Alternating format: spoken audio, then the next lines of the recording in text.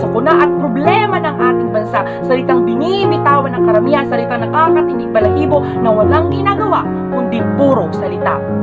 Anong klaseng pangulo ang gusto niyong mamuno ng ating bansa? Humihigop ng baha, salubungin ang bagyo, saluhin ang landslide, tumatain ng pera, pahintuin ang lindol?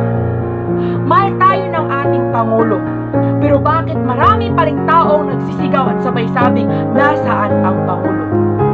Lahat tayo nakaranas ng sakuna, lahat tayo nakaranas ng problema, pero tandaan nyo, matuto tayong tumayo sa sarili nating mga paa at huwag hintayin ang tulong ng iba.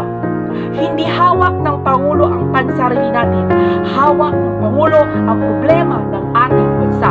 Hindi niya ginusto na mangyari ito, hindi niya ginusto na maraming taong iyak, hindi niya ginusto na maraming taong naghihirapan, hindi niya ginusto na maraming taong nawala ng hanap buhay. Pero tandaan nyo at tingnan nyo ang bansang Pilipinas. Hindi isa, dalawa, tatlo, apat ang problemang hawak niya.